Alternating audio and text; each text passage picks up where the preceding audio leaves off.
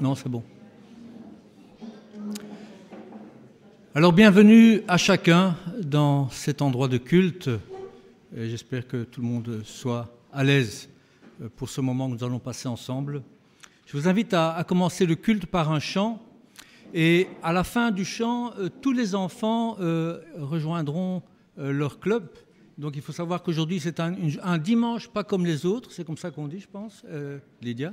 Un dimanche pas comme les autres. Et il y aura une activité spéciale avec Daimané qui aura trait avec le secourisme. C'est bien ça? Voilà. Alors les enfants, vous allez suivre Daimané vers la fin de ce premier chant. Je vous invite à vous lever et chantons ensemble ce chant qui nous dit « Ô Dieu ».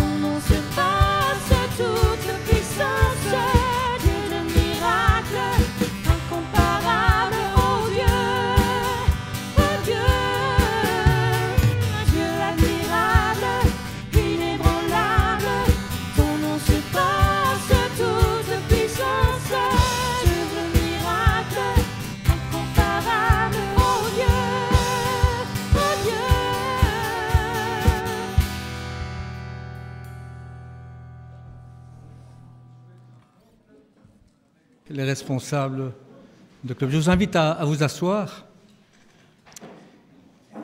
et je voudrais introduire ce moment dans la prière.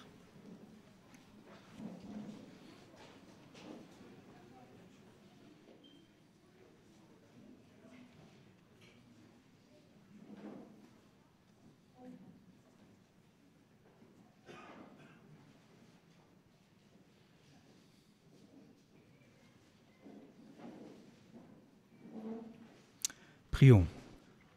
Merci Seigneur de ce que nous pouvons nous retrouver ici ensemble ce matin, entre frères et sœurs, partager tout ce qui nous relie à toi. Seigneur, nous venons vers toi ce matin pour ensemble te rendre un culte, te rendre honneur. Et nous voulons t'exprimer notre louange, notre gratitude par nos chants, par notre écoute, par nos prières. Car nous savons que tu nous aimes, nous sommes tes créatures. Tu es le maître de tout et tu es l'initiateur de toutes choses. Oui, Seigneur, tu es là, tu es notre Seigneur. Et Seigneur, nous nous tournons vers toi avec ce que nous sommes, complètement imparfaits, et nous voulons en cet instant laisser de côté nos luttes, nos conflits intérieurs, pour ne regarder que toi, avec nos yeux pleins d'espérance, confiants envers ce que tu as à nous dire. Dispose nos cœurs pour ce moment et nous pensons à tous ceux qui n'ont pas pu se joindre à nous ce matin. Nous pensons aux malades, à ceux qui souffrent, à ceux qui sont seuls, à ceux qui peut-être ont besoin de se mettre en retrait. Nous pensons à nos personnes âgées pour qui il est difficile de venir le dimanche matin. Veuille les bénir, veuille les consoler, les apaiser de ta paix. Et nous te demandons aussi de conduire les moniteurs d'école du dimanche et cette activité secourisme avec Daïmané.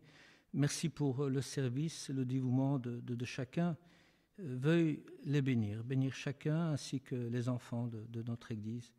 Merci pour toutes les grâces que tu nous accordes et veuille bénir ce moment de culte, que chacun ce matin puisse s'en retourner fortifié et béni. Amen. Nous allons continuer avec un chant qui nous dit « Reçois ma vie comme une adoration ». Je vous invite à vous lever.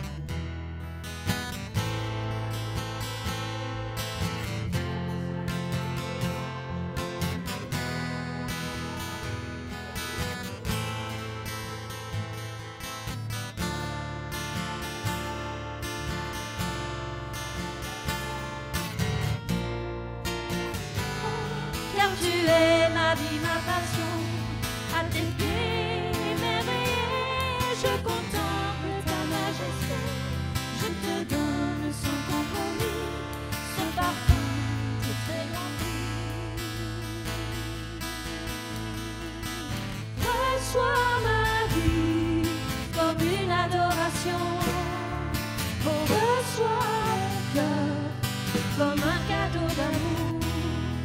Je n'ai rien d'autre à t'offrir que ce sacrifice vivant. Je te donne ma vie pour toujours. J'abandonne sur ton autel en réponse à ton appel mes visions, mes ambitions, car tu es ma vie, ma passion. À tes pieds émerveillés, je contemple ta majesté. Je te donne sans compromis ce parfum de tes envies. Reçois ma vie comme une adoration. Oh, reçois mon cœur comme un cadeau d'amour. Je n'ai rien d'autre à t'offrir que ce sacrifice vivant. Je te donne ma vie pour toujours. Je vous invite à vous asseoir. Alors, on vient de chanter un chant qui est très engageant, n'est-ce pas? Reçois ma vie comme une adoration. Alors, qu'est-ce que cela signifie, l'adoration de Dieu? Comment on peut l'exprimer? Est-ce que l'expression de notre adoration se limite qu'au dimanche matin, lorsque nous sommes ici dans cet endroit de culte? Nous avons aussi chanté dans ce chant « Je n'ai rien d'autre à t'offrir que ce sacrifice vivant. J'abandonne mes visions j'abandonne mes ambitions. C'est fort. Et il y a ce verset de Romains 6, verset 13, qui dit « Offrez-vous à Dieu et mettez-vous tout entier à son service, comme un instrument de ce qui est juste. Mettez-vous tout entier à son service. » On peut comprendre au travers de ce chant et en même temps au travers de ce verset que l'expression de notre adoration, c'est d'abord notre soumission à Dieu. Et c'est vrai que la soumission, c'est un mot qui n'est pas très populaire. Elle sous-entend un abandon et personne n'aime avoir ce sentiment d'être dépendant. Personne n'aime d'avoir, entre guillemets, ce sentiment d'être un perdant. Et se soumettre, en effet, c'est admettre notre infériorité, c'est admettre notre dépendance. On connaît tous cette expression, et c'est biblique, « soumettez-vous aux autorités ». Tous les jours, dans notre travail, quand on va au boulot, nous devons nous soumettre aux exigences d'un chef hiérarchique, d'un patron. Moi, durant toute ma carrière de travail, j'ai dû me soumettre aux exigences des clients, même parfois des caprices des clients. Et c'est vrai que ce mot est souvent utilisé dans un contexte négatif. Notre culture fait qu'on a du mal à entendre parler de soumission. Quand on voit dès notre enfance, on nous enseigne à ne jamais abandonner, ne jamais céder. La soumission est quelque chose d'inacceptable. Il faut que tout soit sous contrôle. Et ce désir de contrôle absolu, finalement, provoque au fond de nous-mêmes des tensions. Vous savez, toujours vouloir gagner, toujours vouloir réussir, toujours vouloir conquérir, eh bien, ça provoque des tensions. Or, notre soumission à Dieu, c'est le cœur, c'est le centre, c'est l'essence même de notre relation avec lui. C'est l'essence même de notre adoration. Et quelque part, ça devrait être de ma part, de notre part, une attitude naturelle que de se soumettre à Dieu face à l'immensité de son amour qu'il nous manifeste, face à l'immensité de ses grâces qu'il nous accorde. Alors ce matin, je voudrais élever ma voix vers toi, Seigneur, car tu m'as tout donné. Je voudrais élever ma voix vers toi, Seigneur, car tu as tout pardonné, tout ce qui m'accablait. Je vous invite à vous lever, on va chanter ce chant ensemble. Élevons nos voix tous ensemble.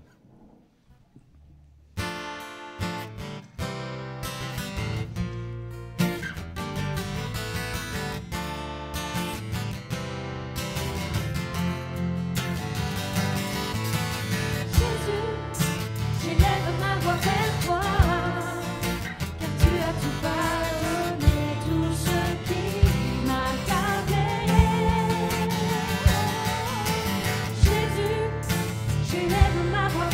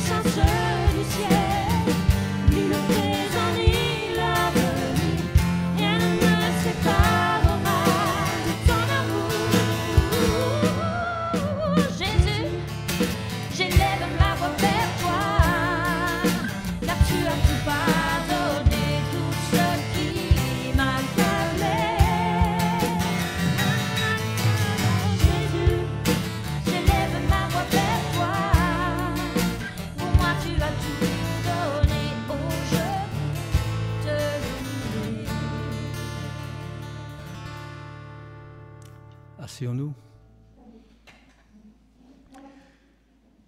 Donc, dans l'adoration, il y a cette idée de se donner. Et nous nous donnons à Dieu non par crainte ou par obligation, mais nous nous donnons par amour, parce que lui nous aime. Et en fait, il nous a aimés le premier. Et dans la lettre aux Romains, au chapitre 12, Paul dit ceci, après, dans les chapitres précédents, avoir parlé du salut, de la grâce, de l'amour de Dieu, il dit ceci, « Je vous exhorte donc, frères, par les compassions de Dieu, à offrir vos corps comme un sacrifice vivant. » C'est ce que nous avons chanté tout à l'heure. Un sacrifice vivant, saint, agréable à Dieu, ce qui sera de votre part un culte raisonnable. Ce qui sera de votre part un culte raisonnable. L'adoration, adorer Dieu, c'est lui offrir notre vie. Et nous faisons plaisir à Dieu lorsque nous nous donnons entièrement, lorsque nous lui offrons entièrement notre vie. Et l'adoration, c'est cela, c'est se donner entièrement, c'est se soumettre entièrement. Job, chapitre 22, verset 21, dit ceci. Alors, ce n'est pas Job qui le dit, mais « Accorde-toi, attache-toi avec ton Dieu, et tu auras la paix. Par là, ce que te reviendra sera bon. » Il y a là un verset qui exprime la dépendance à Dieu. Accorde-toi, attache-toi avec ton Dieu, et tu auras la paix. Notre soumission à Dieu, c'est notre dépendance à Dieu. C'est nous accorder avec lui, c'est nous attacher avec lui. Et le psaume 37 dit, c'est s'attendre à Dieu. Et cette attitude d'attachement, eh bien, elle produit la paix, cette paix qui vient de Dieu. C'est cette paix qui nous permet, en effet, d'être compatissants. C'est cette paix qui nous permet d'être à l'écoute des autres. C'est cette paix qui nous ouvre notre cœur, cette paix qui met notre cœur dans une disposition d'ouverture. Jean Vanier appelle cette paix le sommeil qui veille. Je trouvais ça très beau. La paix de Dieu est un sommeil qui veille. Et cette paix de Dieu découle de notre relation avec lui. Elle découle de notre rencontre avec lui. Le contraire de la paix, c'est l'inquiétude, c'est la préoccupation, c'est la peur, c'est l'agitation. Alors voilà, la meilleure façon de vivre, c'est une vie qui est placée entre les mains de Dieu. Une vie qui s'attache à Dieu, une vie qui s'attend à Dieu. Offrir notre vie entièrement. Voilà ce que l'adoration, voilà ce qui est un culte raisonnable, comme nous le dit Romains 12, verset 1. Chantons 2 chants. Si on veut se lever, si on veut rester assis, c'est bon pour moi. Chantons ce chant qui dit « Je dépose devant toi ma couronne et tous mes droits. Je fléchis ma volonté, je me soumets, j'ouvre mon cœur. » Levons-nous et chantons ensemble.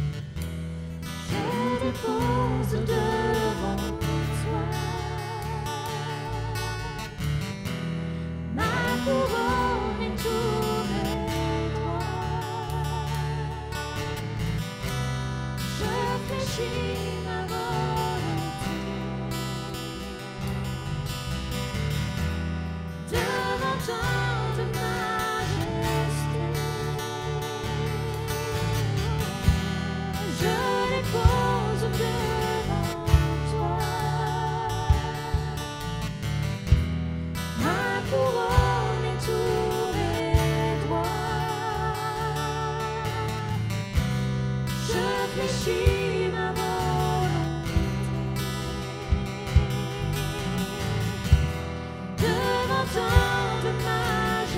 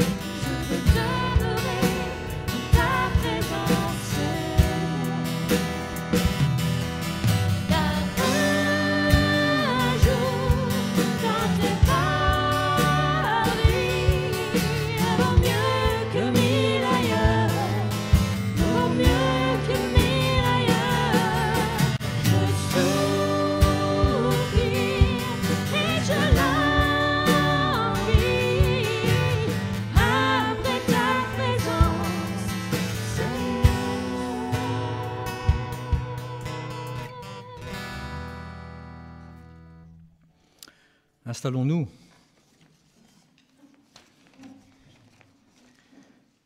Nous avons chanté ces paroles. Je veux habiter dans ta maison, tu es ce dont j'ai besoin.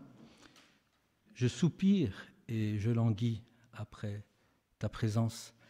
La raison principale de notre adoration, c'est que nous adorons Dieu, comme je disais tout à l'heure, parce qu'il nous a aimés. Il nous a aimés le premier. Et la plus grande manifestation de son amour, c'est le sacrifice de son Fils Jésus à la croix pour chacun d'entre nous. Et je voudrais vous lire ce verset de Romains 5, verset 8, qui dit ceci.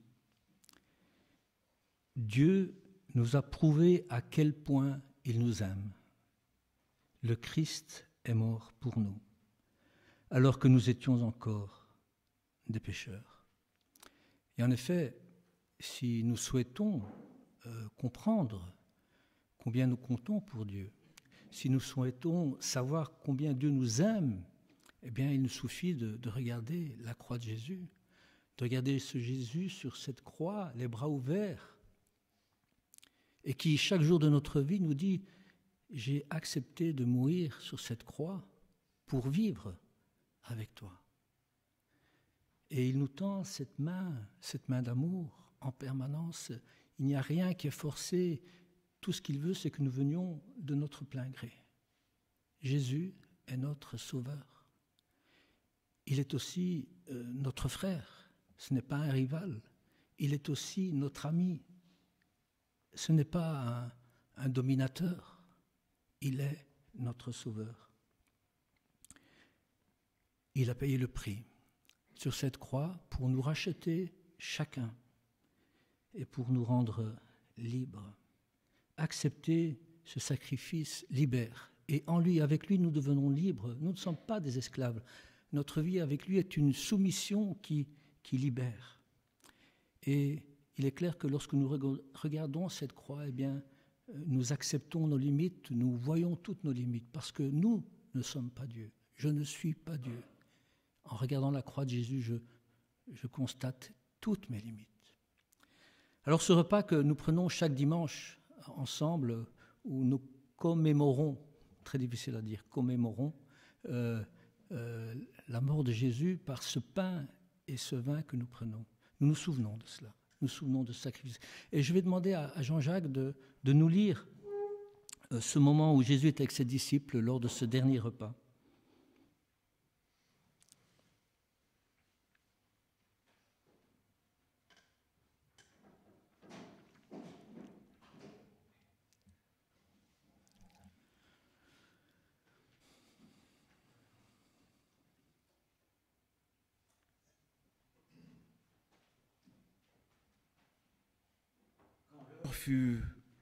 Quand l'heure fut venue, il se mit à table avec les 12 apôtres.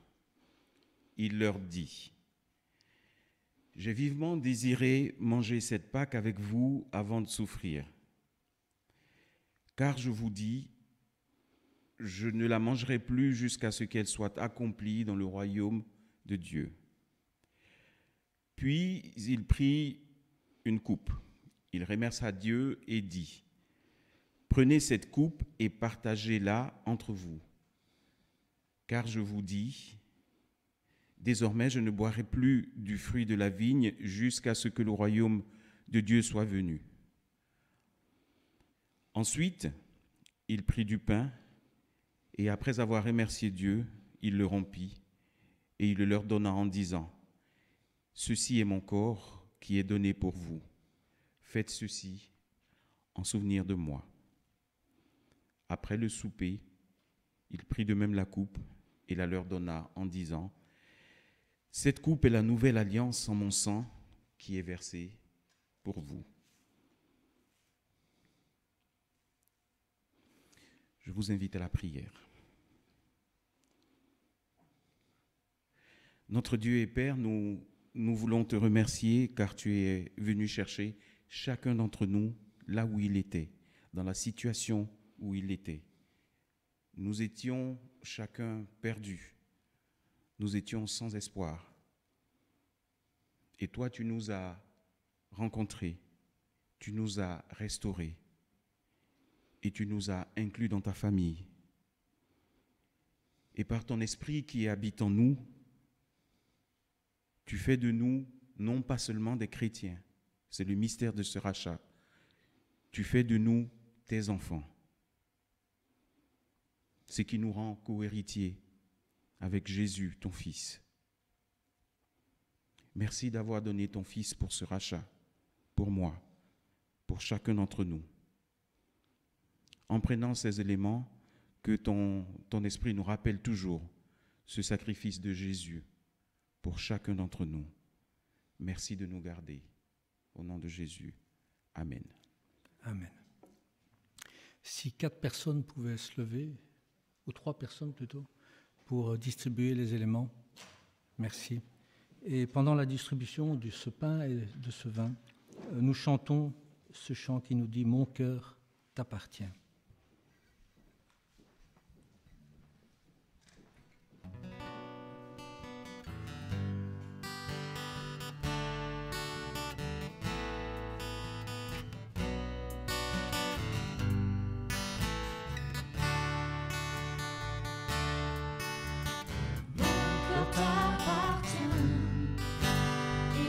Cherche le bien.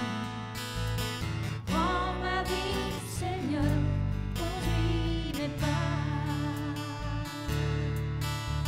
Comme mon cœur t'appartient, et je cherche le bien.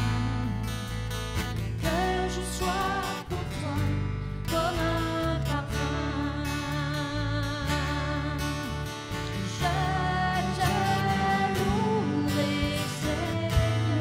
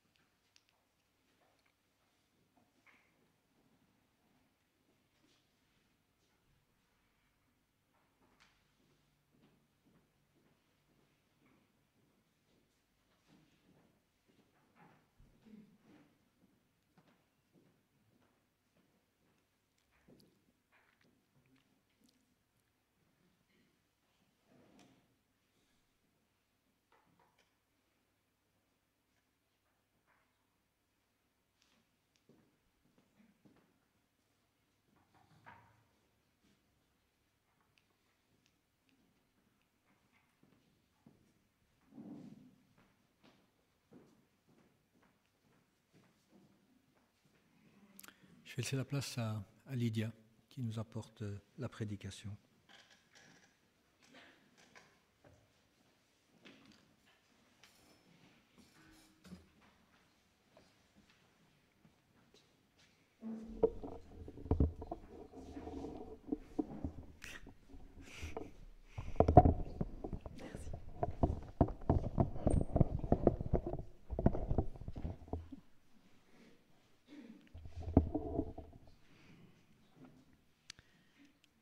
En Christ, nous sommes libres d'être dans la joie même au milieu de l'épreuve et nous avons besoin de la sagesse pour traverser la vie, pour traverser l'épreuve aussi. C'était les thèmes des 2 derniers dimanches. Et nous voilà arrivés à un passage qui nous présente un 3e fil qui traverse la lettre de Jacques. On peut s'imaginer ça un peu comme une tresse qui apparaît au fur et à mesure. Et ce 3e fil, c'est le thème de la richesse et de la pauvreté, de la fierté et de la faiblesse.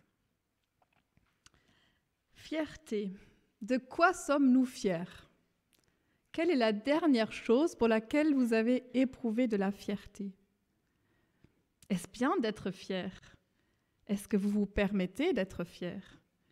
Y a-t-il une bonne fierté, une moins bonne ou une mauvaise fierté ? Voyons ensemble ce que Jacques nous en dit. Nous allons lire 3 passages différents et c'est Léo qui va faire les lectures.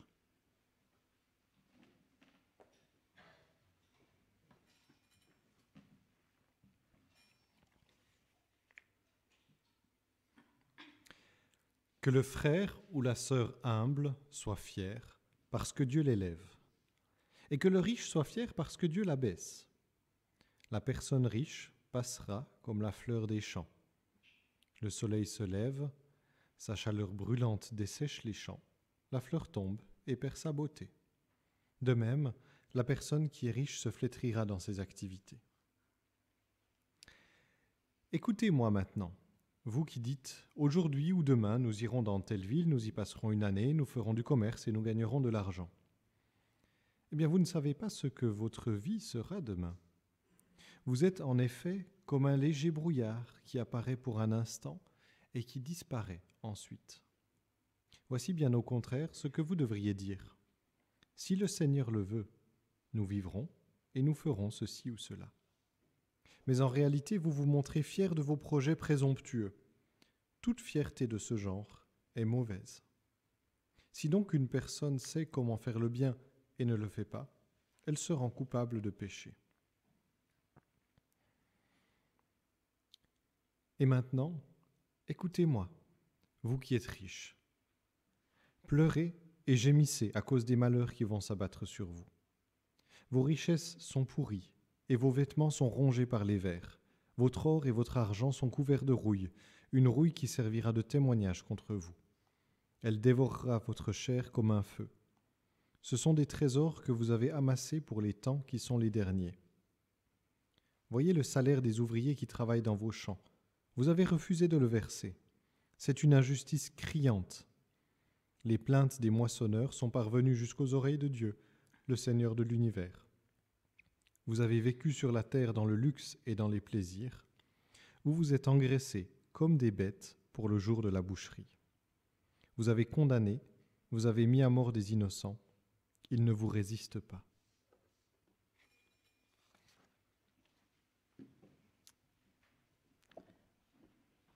Jacques ne mâche pas ses mots. Comme je l'avais dit dans l'introduction à cette lettre, Jacques utilise des images faciles à retenir. Est-ce que vous vous souvenez de l'image dont Audrey nous a parlé la dernière fois quand elle a parlé de la sagesse? C'était quoi l'image que Jacques avait utilisée?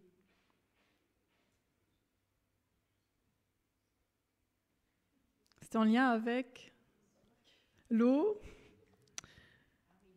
Oui, les vagues. Oui, c'était l'image des vagues, de la mer agitée et soulevée par le vent pour parler de l'hésitation qu'on peut ressentir quand on demande de la sagesse à Dieu. Aujourd'hui, non plus eau, mais chaleur, vert, rouille, feu. Des images choc. Notre premier point, c'est nos biens ne nous appartiennent, ne nous définissent pas. Nos biens ne nous définissent pas. Notre passage qui parle de pauvreté et de richesse s'insère entre le passage sur la sagesse et la reprise du thème sur l'épreuve. Pour bien vivre l'épreuve, on a besoin de la sagesse. Et la richesse et la pauvreté peuvent être des épreuves et parfois devenir des tentations. Et Dieu nous propose ici un chemin pour nous retrouver dans tout cela. Je relis les versets 9 et 10 du premier chapitre. « Que le frère ou la sœur humble soit fier ou se glorifie parce que Dieu l'élève, et que le riche soit fier parce que Dieu l'abaisse. La personne riche passera comme la fleur des champs. » Apparemment, parmi les chrétiens auxquels Jacques s'adresse, il y avait des personnes riches et des personnes de conditions humbles, très probablement davantage de personnes avec peu de moyens. Pour ceux qui étaient riches, ça devait être un certain abaissement de découvrir l'Évangile. C'était un changement de mentalité, parce que Dieu ne tient pas compte de notre statut social dans le sens que la personne de condition humble a la même valeur devant Dieu que la personne riche. Tout au long de l'Écriture, nous rencontrons cette sollicitude de Dieu pour la personne qui est dans le besoin. Cette personne est donc élevée, dit Jacques, et le riche est en quelque sorte abaissé. Souvent dans la société de l'époque, et encore aujourd'hui, la richesse donne une certaine importance. Mais le royaume de Dieu fonctionne différemment. Une Bible d'études explique que le riche qui se joint à la communauté chrétienne s'identifie aux pauvres, qui en font également partie et ne peut plus faire état de son statut social supérieur. De plus, dans le contexte de l'époque, il perdait probablement l'estime de ses semblables. Les autres riches, qui ne sont pas devenus chrétiens, vont le mépriser parce qu'il se joint à cette communauté et parce qu'il s'identifie à ceux qui sont pauvres. Donc c'était une deuxième forme d'abaissement. Dans la lettre de Jacques, il semble y avoir en effet deux catégories de riches. D'un côté, les riches de l'extérieur de la communauté qui exploitent les pauvres et qui sont allés très loin dans cette exploitation. Nous l'avons lu, chapitre 5, verset 6, « Vous avez condamné, vous avez mis à mort des innocents. » Et Jacques a des paroles très dures envers eux, un peu à la manière des prophètes de l'Ancien Testament qui dénoncent avec véhémence et sans cesse cette exploitation des faibles et des pauvres. De l'autre côté, il y avait des riches qui se sont tournés vers Christ, qui intègrent la communauté et qui sont méprisés par les autres riches. Parce que l'accumulation de richesses n'est plus le but de leur vie, parce qu'ils partagent maintenant leurs richesses et sont devenus peut-être un peu moins riches en partageant les richesses. Et parce qu'ils fréquentent les pauvres, ce qui ne se faisait pas habituellement. Dans l'Église, il en est autrement. Dans l'Église, nous sommes tous ensemble, riches et personnes de condition humble. Nous sommes enfants d'un même Père, de qui tout don et tout cadeau parfait viennent. Nous l'avons lu il y a 2 semaines dans Jacques 1, 17, et on voit qu'il y a vraiment un lien entre tous ces thèmes que Jacques aborde. Tout don excellent, tout cadeau parfait nous vient d'en haut, du Père des Lumières, en qui il n'y a ni changement ni ombre due à des variations. Toutes bonnes choses viennent de Dieu et appartiennent à Dieu. Celui qui est riche peut donc se réjouir, peut être fier, non pas d'être riche, mais d'être abaissé. Car en cela, il rejoint le Christ. Et il s'identifie au Christ qui était riche et qui s'est abaissé. Et nous venons de nous en souvenir particulièrement en prenant le repas du Seigneur. Car vous connaissez la grâce de notre Seigneur Jésus-Christ, écrit Paul. Lui qui était riche, il s'est fait pauvre pour vous afin de vous enrichir par sa pauvreté. 2 Corinthiens 8. Il est aussi question d'abaissement, car la richesse ne dure pas éternellement, elle passera. Jacques utilise l'image de la fleur qui brûle dans la chaleur du soleil. Et avec la sécheresse de cet été, ça nous parle peut-être, et ça parlait certainement aussi aux lecteurs de Jacques dans le contexte où il vivait. Il utilise cette image de la fleur qui brûle sous la chaleur du soleil pour dire que le riche lui-même ne sera pas éternellement. Oui, quand nous quittons ce monde, nous ne pourrons emporter aucun bien, aucune richesse matérielle. C'est aussi une manière de dire qu'aux yeux de Dieu, nous ne sommes pas définis par nos biens.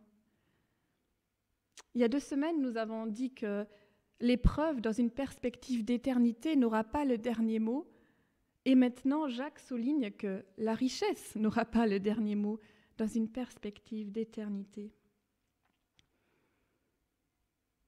Ça peut être vécu comme un abaissement de ne plus être défini par la richesse, mais c'est avant tout une libération. Et c'est aussi une remise en question pour nous aujourd'hui, pour moi et pour nous tous. Une remise en question par rapport aux biens que Dieu nous confie, qu'ils soient nombreux ou peu nombreux. Nos biens ont une utilité dans ce monde, mais ils ne nous définissent pas. Il est question d'abaissement, parce que Dieu nous appelle à le laisser régner, lui, sur nos biens. Quand nous nous confions en Christ, nous nous rendons compte petit à petit que nos biens ne nous appartiennent pas à nous. Et ça, c'est un apprentissage, peu importe la quantité des biens que nous avons. On peut avoir peu et s'accrocher à ce qu'on a, ou alors être généreux. Et on peut avoir beaucoup de biens et s'accrocher à ce qu'on a, ou être généreux. Chacun est placé ici devant Dieu et ensuite devant les besoins des prochains. C'est un seul mouvement. Je me place devant Dieu, je me rends compte que mes richesses ne m'appartiennent pas et Dieu me place directement devant les besoins de mon prochain. Celui qui est de condition humble a aussi un sujet de fierté. Dieu l'élève. Jacques utilise littéralement le mot « humble », le frère ou la sœur humble. À d'autres endroits dans la lettre, Paul utilise le mot « pauvre », mais ici c'est « humble ». Que le frère ou la sœur humble soit fier parce que Dieu l'élève. L'humble, c'est celui qui se confie en Dieu, qui sait qu'il a besoin de Dieu pour vivre, que par ses propres forces il n'y arrivera pas. Et plus loin, Jacques citera un verset des Proverbes qui dit « Dieu s'oppose aux orgueilleux, mais il s'accorde sa grâce aux humbles ». Dieu élève l'humble, c'est vraiment un thème qui traverse toute l'Écriture. Et Jacques veut probablement situer cette personne dont il parle dans la lignée des humbles, dont parle l'Ancien Testament, dont parlent les Évangiles. Marie, portant Jésus, s'exclame dans son cantique « Il a renversé les puissants de leur trône, il élève les humbles. Il comble de bien les affamés, renvoie les riches les mains vides. » Jacques encourage l'humble d'être fier, de se glorifier que Dieu l'élève. Il encourage à se glorifier littéralement de son élévation. Et ce terme « hauteur » ou « élévation » est employé ailleurs dans le Nouveau Testament pour décrire l'endroit d'où Jésus s'est rendu lors de son ascension, quand il a rejoint son Père, et d'où vient le Saint-Esprit. L'humble fait donc déjà partie d'un autre royaume. Il est citoyen des cieux. Celui qui a beaucoup de moyens est donc abaissé, comme le Christ s'est abaissé. Et celui qui a moins de moyens est élevé vers le Christ, élevé comme le Christ. Il est aimé, valorisé par lui. Mais il ne s'agit pas de quelque chose de théorique. Ce ne sont pas des paroles de consolation prononcées dans le vide. Il ne s'agit pas de dire à celui qui est de condition humble « Attends seulement la fin de ta vie et tout ira mieux ». Ce n'est pas du fatalisme. Ce n'est pas une manière de faire taire le pauvre, et le reste de la lettre le montre très bien. Dieu élève le frère, la sœur humble, d'humble condition, aussi dans le sens qu'il appelle ceux qui ont plus de moyens à partager. Il y a comme un encouragement à se laisser déclasser au profit des frères plus modestes, à mettre sa fierté dans la solidarité à vivre et dans la rupture des privilèges, et ça vaut encore pour aujourd'hui. J'en discutais avec Léo, qui a commencé à lire un livre sur comment on lit parfois l'Écriture avec nos yeux d'occidentaux. Il y avait quelque chose de très intéressant sur la richesse. Il y a des regards différents sur la richesse selon l'endroit où nous avons grandi. nos pays occidentaux, dans nos pays, nous voyons la richesse comme quelque chose d'illimité, comme une ressource illimitée. Donc, on pense qu'il y en aura pour tout le monde. Mais dans des pays avec une pensée plus orientale, on pense que la richesse est quelque chose de limité. On le voit aussi dans l'Écriture. Donc, si la richesse est limitée, il s'agit de la partager. Si la richesse est illimitée, il n'y a aucun souci à l'accumuler parce qu'on pense qu'il y aura pour tout le monde. Mais si c'est quelque chose qui est limité, si moi j'accumule, les autres n'en auront pas. Pour les deux, le riche et l'humble, il est question ici non pas d'une fierté fière, mais de ce que j'appelle d'une fierté humble. Paradoxe de l'Évangile, c'est glorifier d'appartenir à Christ quand ça nous abaisse et quand ça nous élève. C'est une fierté bien placée. Il ne s'agit pas de dire « je suis si fier d'être chrétien », mais c'est placer sa fierté en Dieu. C'est la même fierté dont parle Paul. Je préfère donc bien plutôt mettre ma fierté dans mes faiblesses afin que la puissance du Christ fasse en moi sa demeure. Fier d'appartenir au Christ quand ça m'abaisse et quand ça m'élève. Nos biens ne nous définissent pas, c'était notre premier point, et ça nous conduit vers le deuxième point, vivre les mains ouvertes. Avec des mots différents, Jacques redit au chapitre 4, qu'on a aussi lu à partir du verset 13, il redit que dans la perspective d'éternité, les biens, les richesses ont un autre poids. Les différents auteurs de la Bible utilisent régulièrement l'image du brouillard, du souffle, pour décrire la durée de notre vie sur cette terre. Jacques dit « Vous êtes comme un léger souffle » en s'adressant aux hommes d'affaires présents de la communauté, à ceux qui projettent de faire du commerce. Aujourd'hui ou demain, nous irons dans telle ville, nous y passerons une année, nous ferons du commerce et nous gagnerons de l'argent. Faire du commerce, gagner de l'argent et planifier ce projet, ce n'est pas une mauvaise chose en soi. Mais Jacques met ici en garde contre la tentation de rechercher la richesse pour elle-même, contre la recherche de la richesse comme projet de vie. Et Dieu semble exclu de ces projets qui sont appelés présomptueux, des projets où il n'y a pas de place pour Dieu. Oui, richesse et pauvreté peuvent devenir des tentations. Tentation de mettre notre confiance dans la richesse, tentation de favoriser le riche dans la communauté, comme nous le verrons au chapitre 2 de la lettre, tentation de vouloir s'enrichir aux dépens de la personne qui lutte déjà contre la pauvreté, tentation de vouloir faire du profit, mais sans chercher la volonté de Dieu dans ses activités. Vient ensuite l'une des phrases les plus connues de la Bible, que vous avez peut-être déjà vous-même prononcée, verset 15. Voici bien au contraire ce que vous devriez dire. Si le Seigneur le veut, nous vivrons et nous ferons ceci ou cela. Si le Seigneur le veut. Avec les phrases que l'on dit souvent, il y a le danger que ça devient un peu une formule, un automatisme. Mais que nous puissions le dire du fond de notre cœur. Oui, j'ai des projets. J'ai le projet de faire ceci, cela. Je suis sûre que vous avez tous des choses en tête, des projets. Mais oui, je ne sais pas de quoi ma vie sera faite à ce moment-là. C'est vraiment une manière de remettre nos projets, nos aspirations entre les mains de Dieu. De laisser Dieu être le Seigneur de notre vie. C'est lui qui règne, c'est lui qui sait ce qui va se passer, contrairement à nous. C'est aussi cela, l'humilité dont parle Jacques.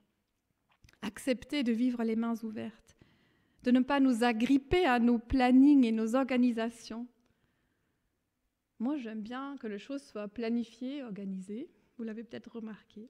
Mais ce n'est pas quelque chose de mauvais. Mais mon défi, c'est de laisser de la place pour Dieu, pour que Dieu puisse s'exprimer, rester à l'écoute de sa voix, du souffle doux et léger, qui peut si facilement passer inaperçu dans mon organisation.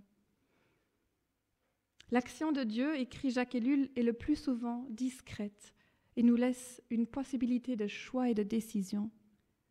Lorsque je rédige un planning où je n'ai pas un quart d'heure libre, j'ignore où Dieu interviendra.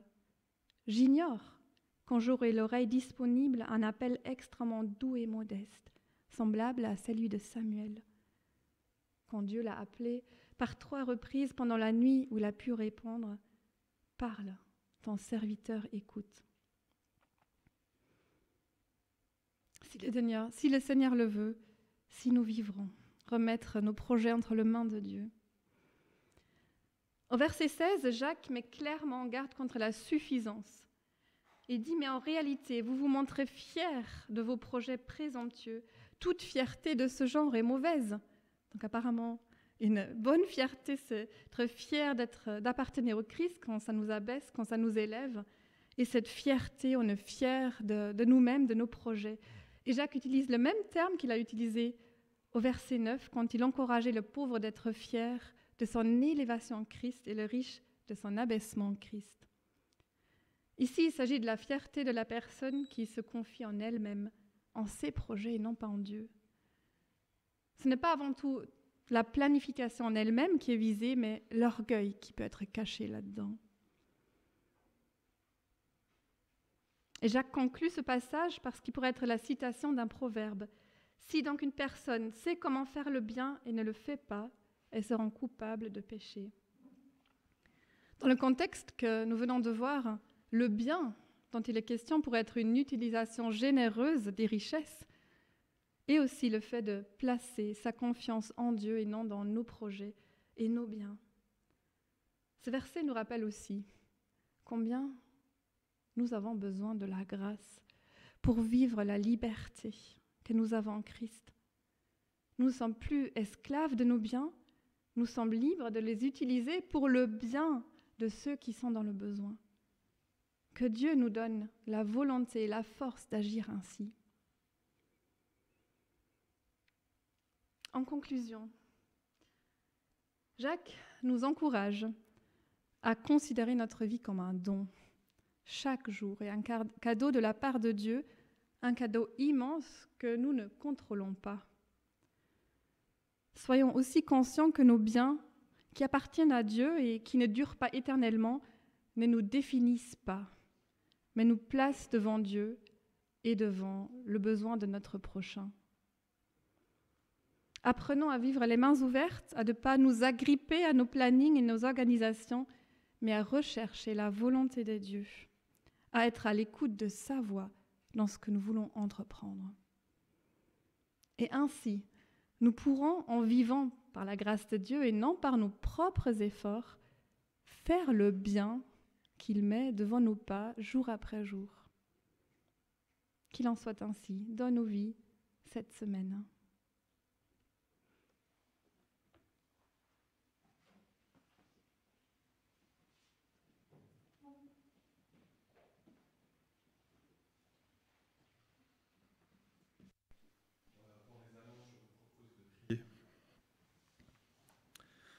Notre Dieu et Père, merci pour ce que nous avons entendu ce matin. Aide-nous, Seigneur, à te faire confiance en toutes choses, à être soumis à ta volonté, à nous laisser diriger par toi dans tous les compartiments de notre vie. Merci parce que ce n'est pas nos richesses qui nous définissent, ni notre intelligence, ni tout ce qui nous caractérise de bien ou de mal, mais ce qui fait notre identité devant toi, c'est juste ton amour. Tout ce que je suis, dit l'apôtre Paul, c'est à la grâce de Dieu que je le dois. Que cette pensée nous accompagne cette semaine et qu'ainsi nous puissions nous mettre en route à ton service, que nous puissions être des témoins de cet amour infini qui est le tien. Amen. Voici quelques annonces. Alors, en semaine, nous avons dans notre communauté l'habitude de nous retrouver pour partager des nouvelles en petits groupes, partager la parole de Dieu, étude, partage, étude, prière aussi. Pouvoir prier ensemble, c'est important. Et ça n'empêche pas, on pourrait rajouter un PEP, en tout cas pour Uccle, ça n'empêche pas aussi de partager aussi des pâtisseries. Ça fait partie de la convivialité et ça fait partie de la communion fraternelle. Cette semaine, lundi, Oderghem, Ariane, Wemmel, Cap-Nord, chez Daimenet. Rixensart, vous faites une pause. Uccle-Waterloo, vous pouvez venir chez moi, c'est normalement jeudi, chez Raymond et Mareik. Voilà. Quelques dates, une que vous connaissez déjà mais qu'on va répéter, le 19 février, juste après le culte, nous aurons l'Assemblée générale des membres. Chacun, chacune est bienvenue, que vous soyez membre ou pas. C'est un moment où le conseil pastoral vous expose les projets que nous avons réalisés l'année précédente, et nous pouvons en être fiers, Lydia. Elle est où, Lydia? Oui, on peut être fiers des projets, puisque c'est Dieu qui nous a permis de les réaliser. Nous parlons aussi des projets que nous faisons pour l'année, les mois qui viennent, si Dieu le permet, n'est-ce pas? Et on parle un peu budget aussi, parce que c'est important pour vous que vous sachiez ce que nous faisons avec les dons que vous faites le dimanche. Comment les fonds sont utilisés, comment on met cet argent au service de l'Église, au service les uns des autres. Donc le 19 février, après le culte, restez pour ce moment de partage. Le 5 mars, il n'y aura pas de culte ici, mais par contre, c'est une fois par an, nous faisons un culte avec les différentes églises de l'association baptiste, et on se retrouve à Limal. On vous donnera l'adresse plus tard, donc par mail. Voilà, si vous avez l'occasion de ne pas prendre congé ce dimanche-là, mais vraiment de nous accompagner, vous verrez, c'est quelque chose de particulier. C'est toute une journée, on prend son pique-nique, on passe un moment ensemble, et on a un culte où on est un peu plus nombreux que d'habitude, même si dans notre communauté, on a ce privilège d'avoir une salle bien remplie. Une toute nouvelle date qui vient de tomber et que vous n'avez pas encore dans votre agenda, 10 et 11 novembre, on a... Oui. Le 11 et le 12, pardon, ouais, ok. 11 et 12, samedi 11 novembre et dimanche 12. Rassurez-vous, c'est après les grands congés d'automne. Donc on a regardé pour que notre mois d'octobre ne soit pas trop chargé, notre mois de novembre ne soit pas trop chargé. Donc on se retrouvera cette année à Genval ce week-end-là. Voilà. Dans quelques instants, je pense qu'il y a un chant. Donc je vais inviter les musiciens et les chanteurs à reprendre place. Et que pour que toutes ces activités puissent avoir lieu, je vous ai dit tout à l'heure qu'on utilisait forcément les offrandes que vous faites le dimanche. Et pendant ce chant, je vais inviter les personnes à faire passer les paniers. Merci beaucoup. Bonne semaine.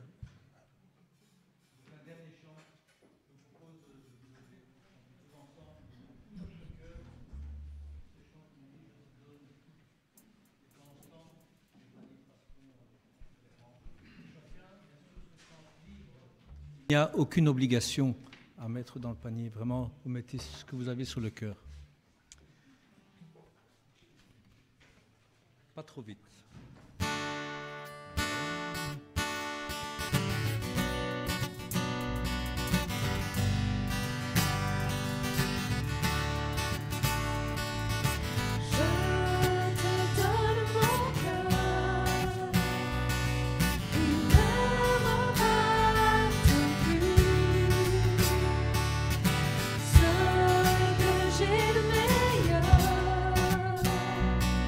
Tout est pour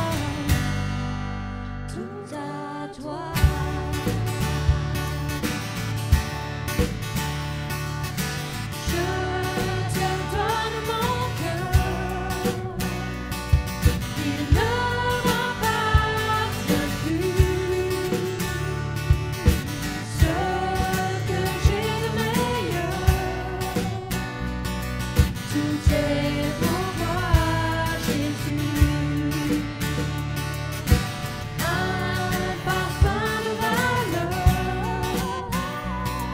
sur toi répandu. C'est le point de mon cœur. Je suis à toi, Jésus.